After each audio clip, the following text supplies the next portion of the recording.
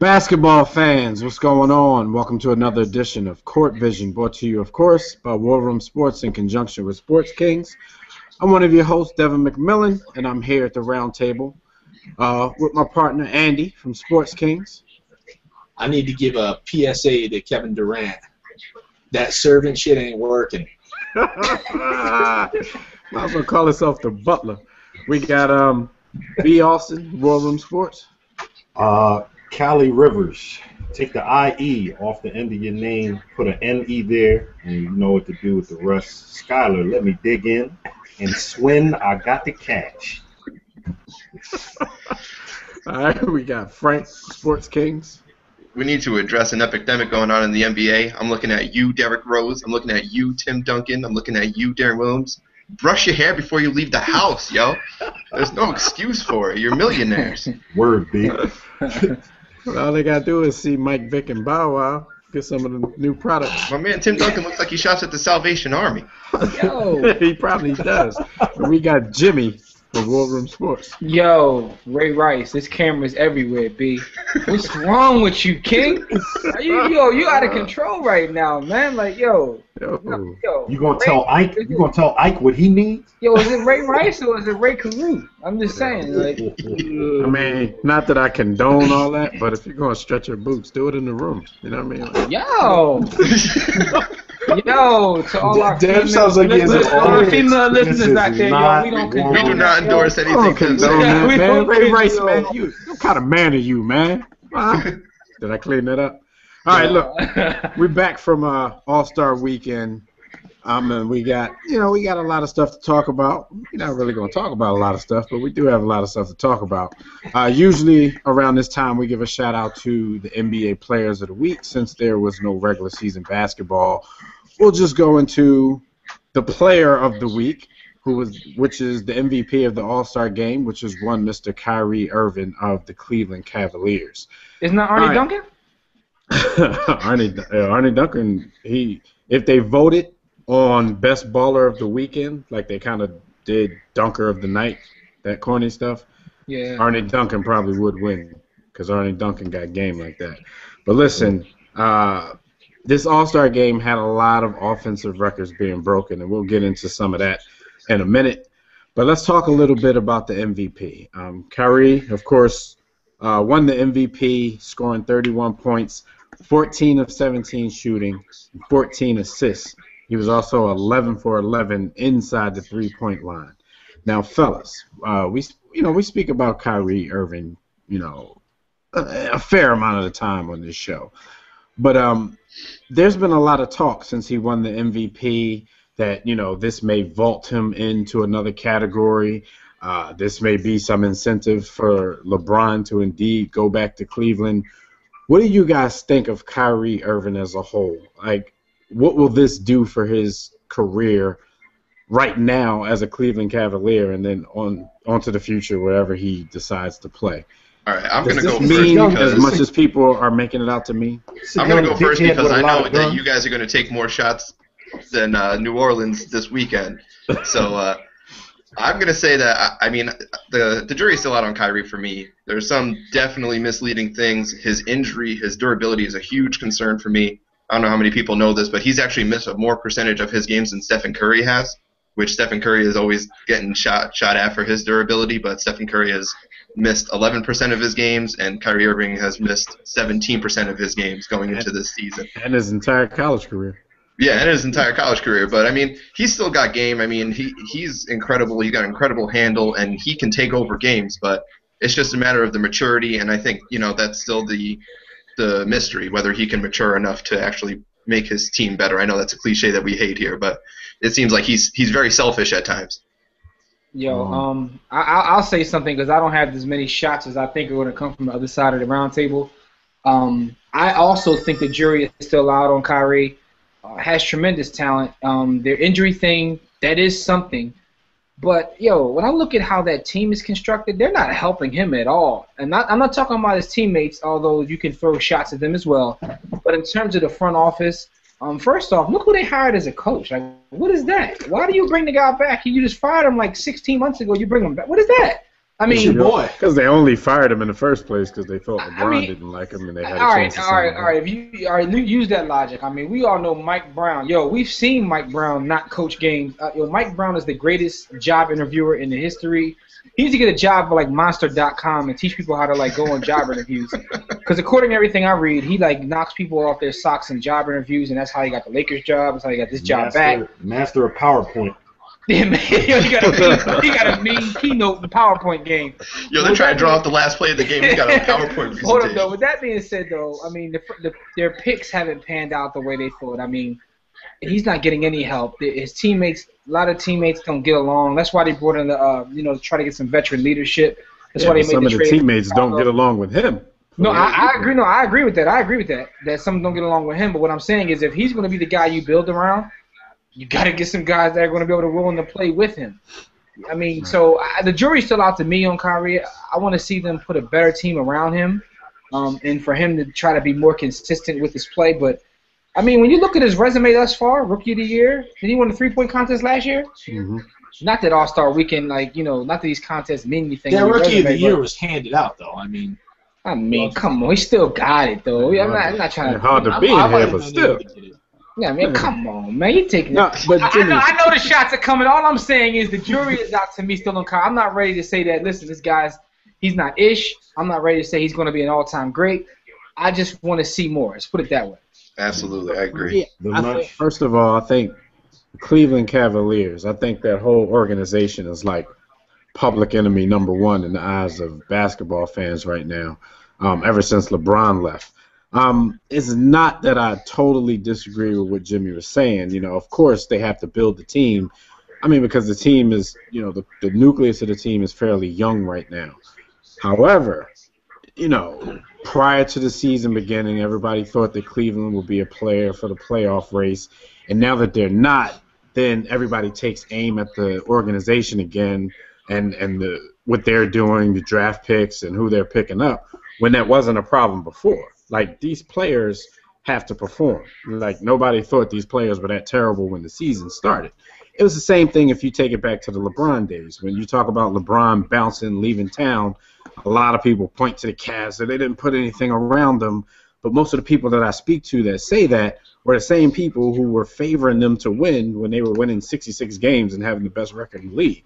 Then when they don't get it done, all of a sudden, LeBron had nobody to play with. So, it all depends on the actual performance of the players that they pick up. I think they have a nice young nucleus. I think maybe everybody jumped the gun on how good they would be right now in the first place. But as a few of you guys pointed out, Kyrie just hasn't taken that next step of leadership yet. And we know leadership is an intangible thing, and we really can't measure it. But his impact, and I've spoken about this before on the show, his impact just doesn't seem to be there yet. Like, he can do all the flashy stuff, he can score, he can do this and that, but it's not really generating wins. So what can he do to generate wins, fellas? Yo, I mean, Kyrie Irving also didn't pick Anthony Bennett #1 overall. Yeah, talk to him. No doubt, but that's one name you can You're gonna regret that for a while. That might be a pick they regret. I mean that's a huge. He might turn on the light switch and ball, but it's only been a little over half a season. We can't even really. He may, and it has been a short period of time. But yo, that's the #1 pick of the draft, though. I mean, that's a huge deal. Like, how often do you get the #1 pick? Well, Cleveland always gets the #1 pick. I'm just saying, generally, how often do you get the #1 pick? 3 times. I mean, I just say that because mostly I think him and Victor Oladipo would have made an incredible backcourt, and I think. Yo, that's what I think. I think about him and Victor Oladipo. Look at all the players that are playing now. Like, the energy that Oladipo brings to the game, I think would have rubbed off on Kyrie, and it really would have made him step up. Because, like, you can't slack off when, like, the #1 pick is out working you every day in practice and in the game. You know what I mean? Like, there's nobody there to, like, push Kyrie to that next level. Can't have him now. But why would they have given up on Waiters that quick? He and Kyrie hadn't had these issues yet. Yeah, no, that's a good point, Dev. I mean, how do you draft a shooting guard when you have a shooting guard that you just drafted recently? I mean, I think, some of the expected shots fired were obviously coming from B. Austin and myself. I think you guys were anticipating that. I think I thought about it a little bit. A couple weeks ago, I did say that I've kind of written Kyrie off.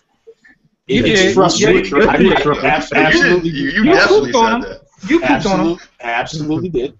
I'm not here to deny that. I still have my reservations. I mean, this is a guy, I mean, despite being young, I feel like there's definitely questionable moves going on in Cleveland. There has been since LeBron was there, in my personal opinion. But at the same time, in a 5-on-5 game such as basketball where, you know, stars and superstars win games, Kyrie's got to do a little more. I mean, you can't put up I mean, the one thing, and I'm going to let B. Austin get in here real quick because I know he's eager, but the one thing for me when I saw Kyrie win the MVP of the All-Star game is all I could think of is it's just Kyrie, you know, getting honors for another game that didn't really matter too much. And that seems to be his career so far. I mean, how many times is he winning games and getting, you know, the press and the good media, and it doesn't really matter at this point. And it's sad, but I'm going to say the same thing that I think Frank and Jimmy both said. The verdict's kind of still out. I'd almost like to see Cleveland trade him. I mean, I don't think that's going to happen, but you wrote him off. Austin. You wrote him off. Great point. I think that he's a great individual talent. He's part of this wave of new young point guards that are in the league that we can't allow ourselves to become prisoners of the moment, even engaging things like this. First of all, I don't give a rat's ass about an All-Star Game MVP because I already knew that he was capable of that based on the skill level and the talent. When I look at the Cleveland Cavaliers, I'm reminded of the movie Young Guns. They're like the Regulators. They got a whole bunch of young gunfighters, and no one's there to teach them or show them how to live as gunmen and last a long time to be Doc Holliday's age or Wild Bill Hickok. Charlie Sheen's about to get shot. That's what I'm saying. But as I was saying, because they killed my man Tunstall and they killed. I'm your Huckleberry. Anybody see the size of that chicken? Yeah, I'm throwing up alley-oops. Goddamn dude. The problem is that Luol Deng was supposed to be that guy, and I mean I don't know Kyrie personally, obviously. Luol he's got actually on the trade block now. They're he got offering in the locker room. He looked around and he said, "I don't want no parts of teaching these young boys who already have their guns loaded. Man, one of them might shoot me in the back." So Dion Waiters is a Uzi. Definitely has great talent. Hashtag PSP. Philly support Philly, but he got to go. He definitely has to go because they do the same things. And I just don't think that's going to work. Yeah, it almost seems like Kyrie's the kind of guy that, like, when they lose, but he, like, drops 35, like, he's in the locker room like, yo, I dropped 35 tonight. Instead of being like, we lost by 20. But there's no one, I don't think there's anyone there to grip him up by the collar. Yo, Mike Brown is their coach, though. Who is he? I'm not even familiar with that guy. But that makes it all the worst. I mean, Mike Brown's the coach. But he's not really a coach. He's just a guy that gets jobs. And that's another problem. They have a defensive-minded coach with an offensive-minded team. It's not really meshing too well because the guys, you know, like Varejao, the guys that he like, you know, Varejao's been out for a while. So I don't know, man. It's a situation where, like, I don't absolve Cleveland's front office from anything. I just don't like to see them being, you know, the only target of people's angst when they talk about the superstars that come through Cleveland. Because at the same time, you know, they have to do their part as well. You know, not saying that they're not putting up, you know, star numbers or whatever. There has to be another impact to the game besides just. Well, it's got to be hard to land a free agent in Cleveland too, because nobody wants to go there. How old is Kyrie? He's only 21. Yeah, like 21, I'm not mad at it. I don't even expect him to put his grown man pants on for another 3 seasons. I He's really the point guard though. Yeah, but people are trying. People were already trying to trash John Wall for the same, same reason. You know what? Yeah. That's my point. I grabbed the John Wall flag. I was ready to beat on John Wall because I live here in D.C., so I love to bash anything Washington sports related. But I saw people dumping on John Wall. I'm like, hold up. Give the man an opportunity to grow into what you guys expect him to be. And so I have to extend the same thing to Kyrie. I said about John Wall, I think John Wall has the potential to be an absolutely fantastic point guard. It's going to take time. He doesn't even know how to play basketball. His skill level is like whatever, and he's running off all talent and athleticism. It's catching Well, up his now. skill or his talent? There we go. It's a little unfair to I totally agree. With Kyrie, we definitely have to give him time. See, but this is coming from us. Not a lot of people are critical of Kyrie. Like, I think the reason why. Commercials. That's why. Yeah, I think the reason why.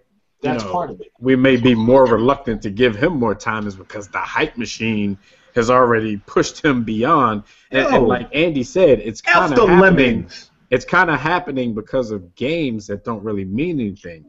Last year, after he chopped up some ankles in the Rising Stars game, Did my man he Brandon was there, dirty. and then won the Did my man 3-point Brandon contest. dirty. Kyrie was there. Uncle Drew was in the building, and this year it really hasn't translated to anything meaningful for the Cavs. But then he goes and wins his MVP, and then hype machines right back. No, and I totally get that. I totally get that. To a lesser degree, it's the same. It's the same thing as LeBron. He has to grow into the hype that he's getting. So let's give him a chance. But you know what though? And I believe Cleveland just fired Chris Grant, didn't they? Mm-hmm. And Yes. who was their GM? So it's kind of like I guess ownership is saying the same thing. Like, yo, the decisions that he's made, and then we're not trying to give him an excuse. But Kyrie has talent, man. Like, only time will tell how good he can be. But he has to get us some better players around him, man. He definitely has to. I look at that team, yo, they're a train wreck.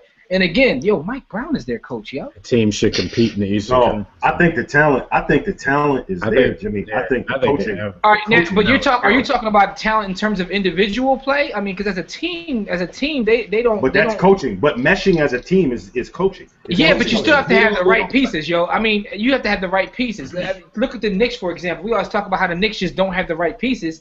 Those pieces would fit with a different puzzle. The Knicks don't have but talent. They don't have talent. I take all y'all over Frigioni, yo.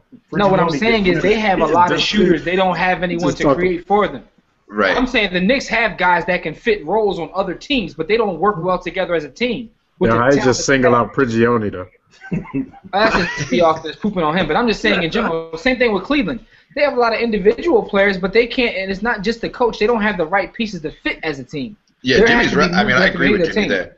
Like, you could put a lot of the Cleveland. Talk to him.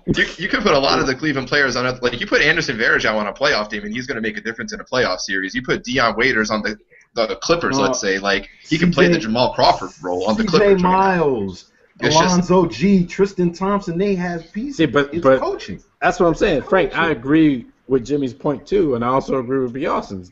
If those, because they're constructed as they are, then the coach has to do something to get the best out of these players. So what, you disagree with everybody? Until they hate. Everybody's making pretty good points, but Devin's on his everybody wins. Everybody wins again. Jimmy wins. Bjornson wins. Everybody wins. No, but really, like, if they're going to be constructed as they are, then the coach does have to get something out of them.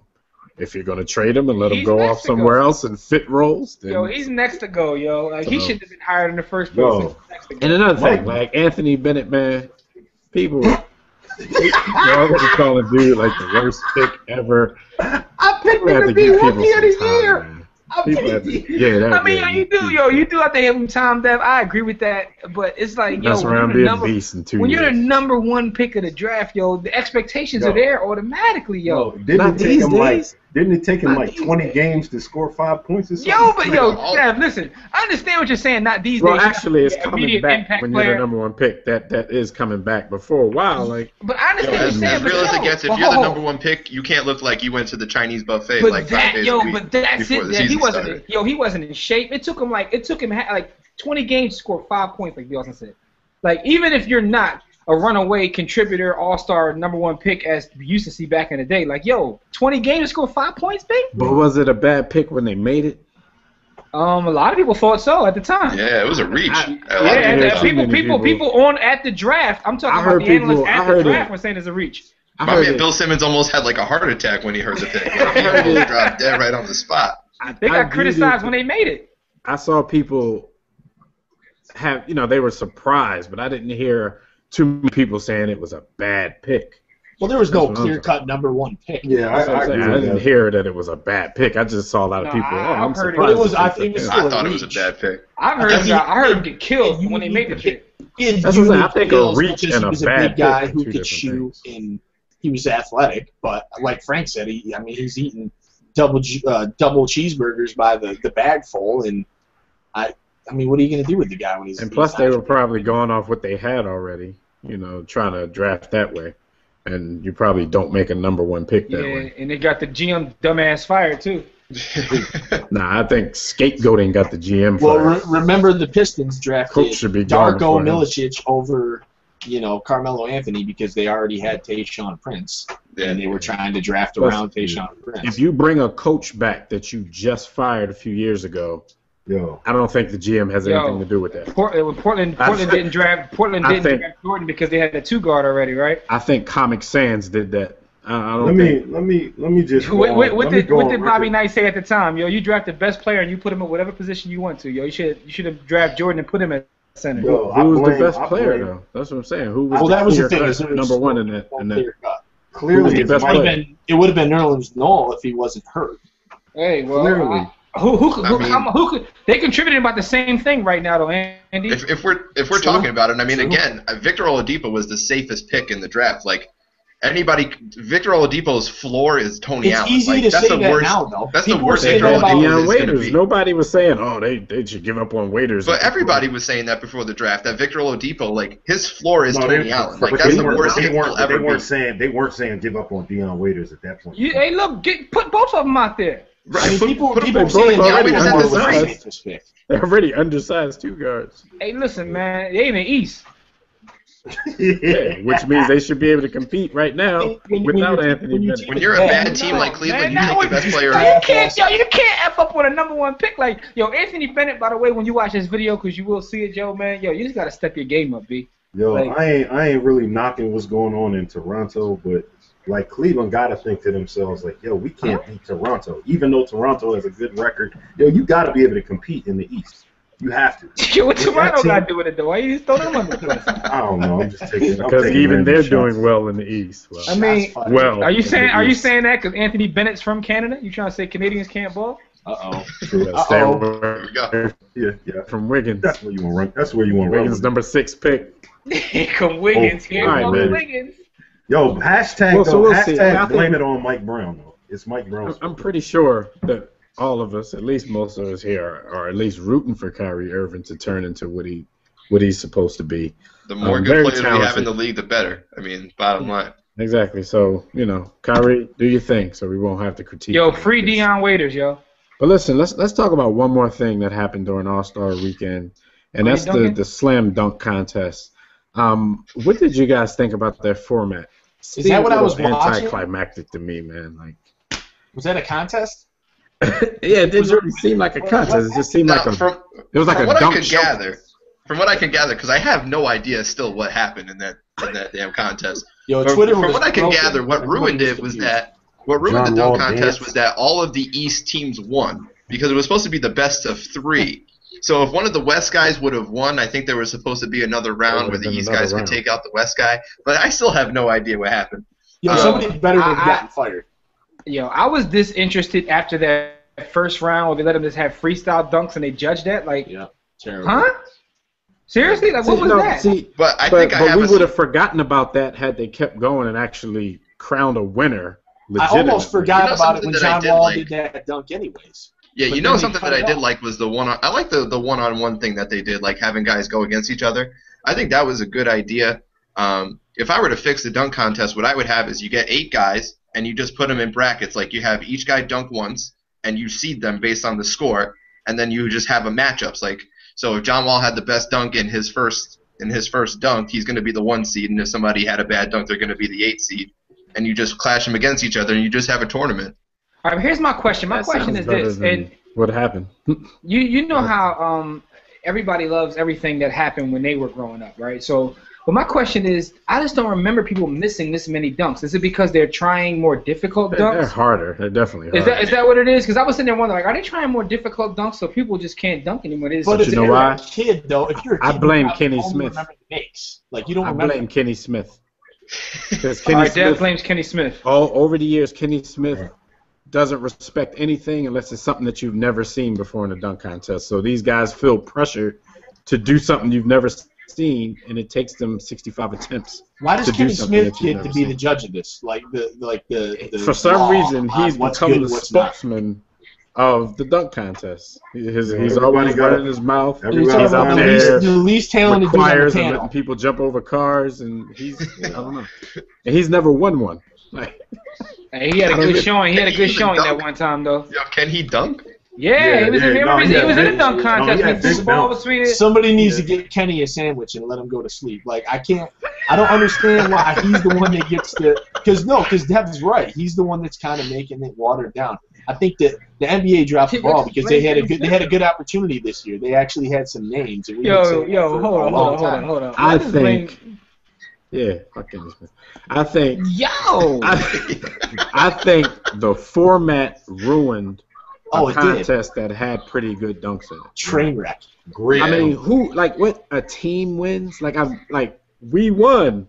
Like, well, for me though, it was about the names. Like we haven't been having big names. At least this year we had Wall and Lillard, Paul George. But then when we had Paul George before, he wasn't Paul George that he is now. So at least we had guys who people would turn on the TV to see. I mean, we didn't, you didn't have these bums dunking that nobody knew about. Blame LeBron. But after I don't know if you guys eliminated, agree with this, but I think the other thing that ruined it was there was like no hype, and the other the whole Saturday night was just bad. Like skills challenge everything was just boring. So when you got to the dunk contest, like I was already ready for bed. Like by the time the dunk contest got there, my man Marco Bellinelli shot 5 air balls and won. And won.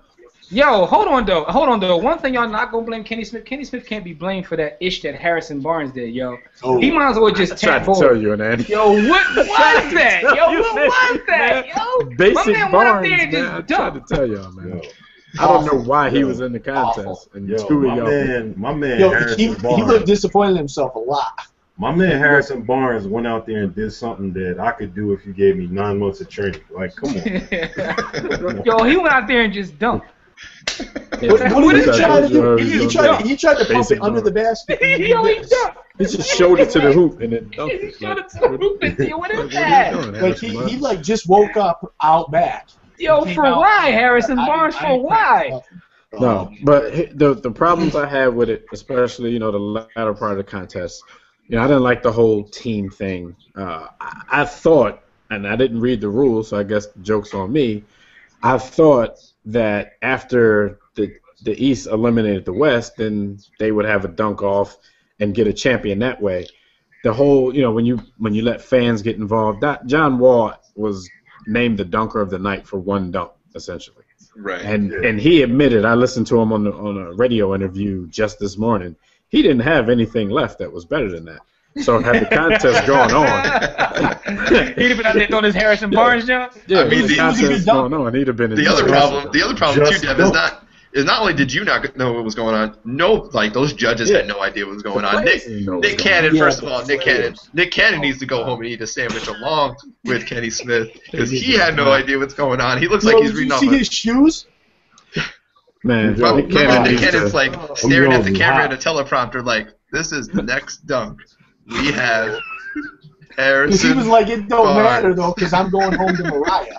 Yeah, he relinquished his wife to the group and go somewhere. Yo, go eat a sandwich, man. John Wall, I need John Wall to stop dancing. He ruined the dunk with that. That ruined the dunk. Yeah. Yo, he wanted. He should have just went off like a man, and you know what I mean, instead of going over there and doing a Chris Bosh-like dance. It looked like a Beyonce dance. He should have found Vince Carter and yelled in his face. Yo, his dances are very athletically feminine.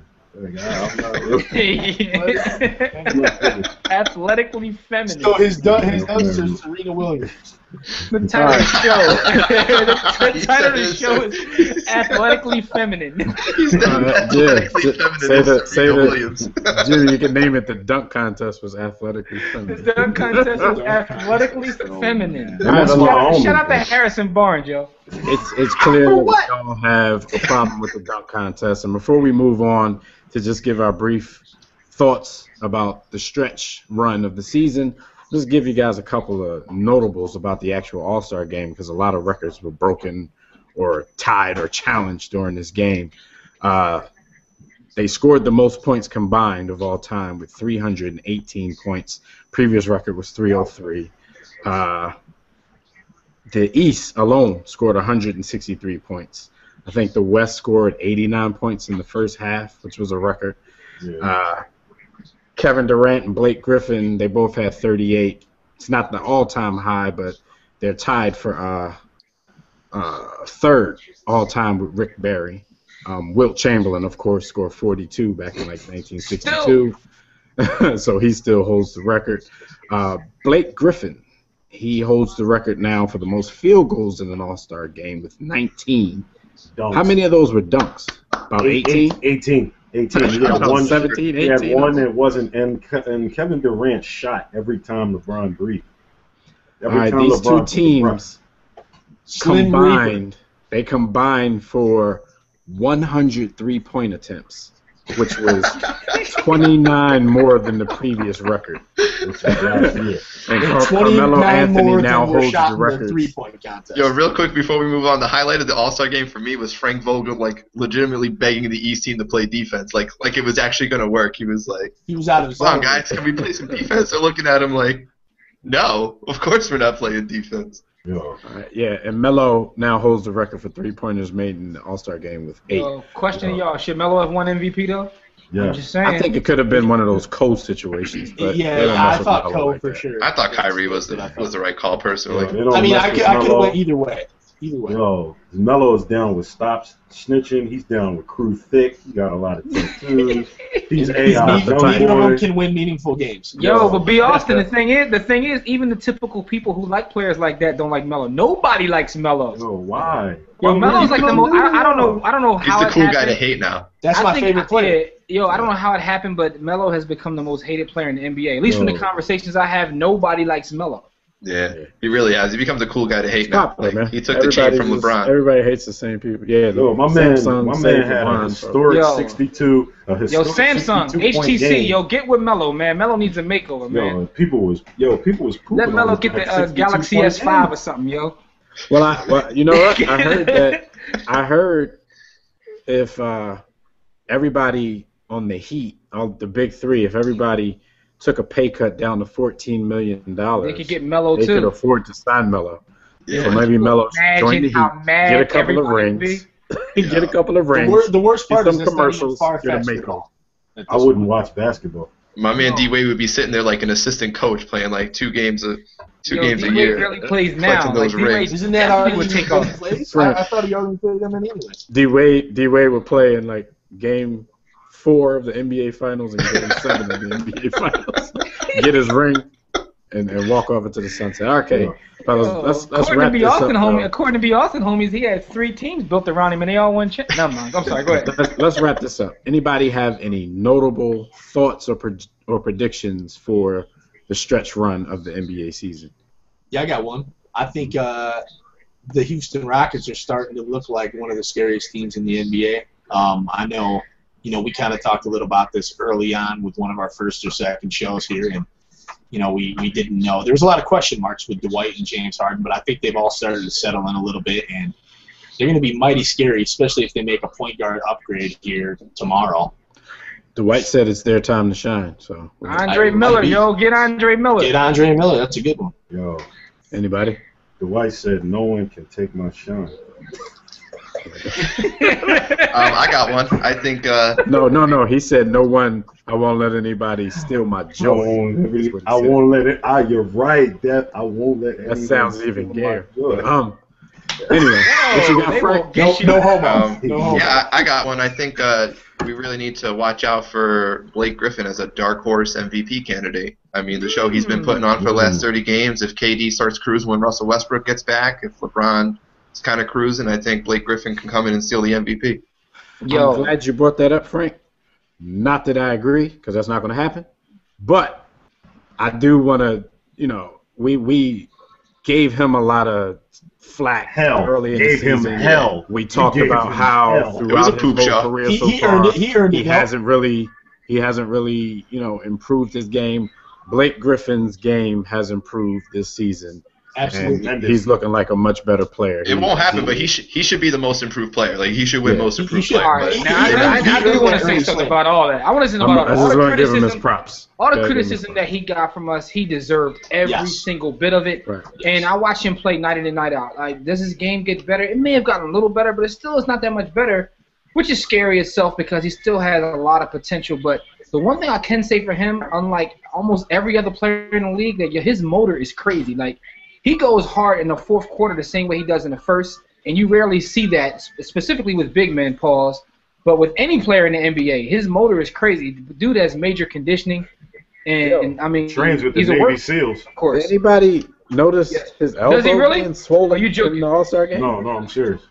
Are you serious? Okay, I believe that, B. Austin. And Devin, to your point, that's probably from shooting in whatever makes him play so hard for 4 quarters. Like, the NBA's testing. He looked like he got bit by. He looked like he got bit by a prehistoric mosquito.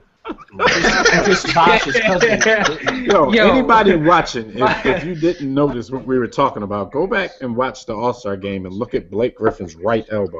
Looked like he had a grapefruit. Got a grapefruit in that joint. He was telling Ray Rice's girlfriend what's good. Yo, Blake Griffin is out there. Hey, B. Austin training with he's training with CT Fletcher now, and he's messing his, you know what I mean? But his condition is out of control, so I do want to give him props. So he is playing excellent ball. I think Kevin Durant has already won the MVP. I think no matter what happens the rest of the season, they've already decided to give it to him. So he can retire. Yo, he can miss the rest of that season, and they're going to give him the MVP. They're looking to give it to somebody else. They want to build. Just like LeBron doesn't have to D up for the rest of the season. LeBron's the defensive player of the year. It's over with. He already complained about it, so it's going to happen. He told him. Yeah, he told him. The funny thing is, like, from talking to people in the media who actually have votes, not that I talk to them regularly, but on Twitter I do. But it's sort of like they're trying to build up this rivalry between KD and LeBron, which means that they have to face each other in the finals. Yo, we need this for the basketball's sake. Like, forget who we root for personally, but for the NBA's sake, we need that to happen. They're trying to build it up. And David West ain't with it.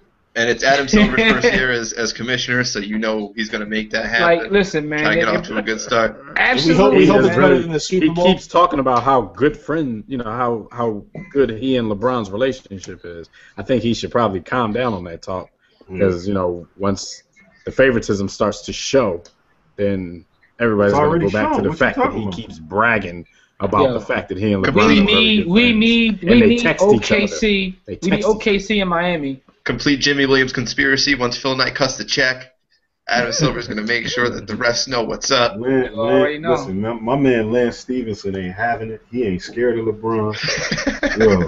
Yo, his game is ugly enough to do it. Eastern Conference representative, is it going to be the Heat or the Pacers? Pacers. All right, we'll see. Anybody else got any predictions? Yo, I'm going to say the Heat. I'm going to say the Heat. Yeah, I'm saying the Heat too. Here's the thing. I want to see the Pacers knock them off, but at the end of the day, I'm going with the Heat, yo. To beat a man, you got to beat the man. Word to Ric Flair. And Kevin Love will be traded to the Lakers in a few days. Let's go. All right. So this has been another episode of Court Vision, our post All-Star edition. We'll be ready to get back into the regular season swing on our next show, and we can start to actually analyze some of the predictions we just made and see how it plays out. Like we always ask you guys, make sure you first subscribe to the page so you know whenever we drop a video, you can come watch. Make sure you leave comments in the video so we can have a little conversation. Just give us your opinion on everything we talked about. What's your opinion on Kyrie Irving? What do you feel about the format of the dunk contest? And what's your bold predictions for the final stretch of the season? Andy, let everybody know where they can find Sports Kings and all you guys' work. You can check us out at sports-kings.com. Don't forget the dash, or you'll end up in a horrible, horrible place. I don't know where. It won't be good. You've been dropped into the pit of unfortunate. Yeah, you can check us out. You can check us out at warroomsports.com. Make sure you go to your Android, what do you call that, Jimmy? The Play Store or the Apple App Store, and get that mobile app because you can get everything we're doing You can have it right there on your hip, your pocket, or wherever you keep your phone. Fellas, don't keep your phone in your back pocket. That's not hot. That's not manly. But like we always tell you guys, don't accept mediocrity and be steadfast in the war against ignorance. We'll see you chumps on top. Yo, Tim Duncan, I'll buy you a brush. Shout out to Capri Styles and Roxy Reynolds. I disrespected Tim Duncan. Wait, it's the war room with 5 nights at the round table. 5 Philly guys diversified and educated.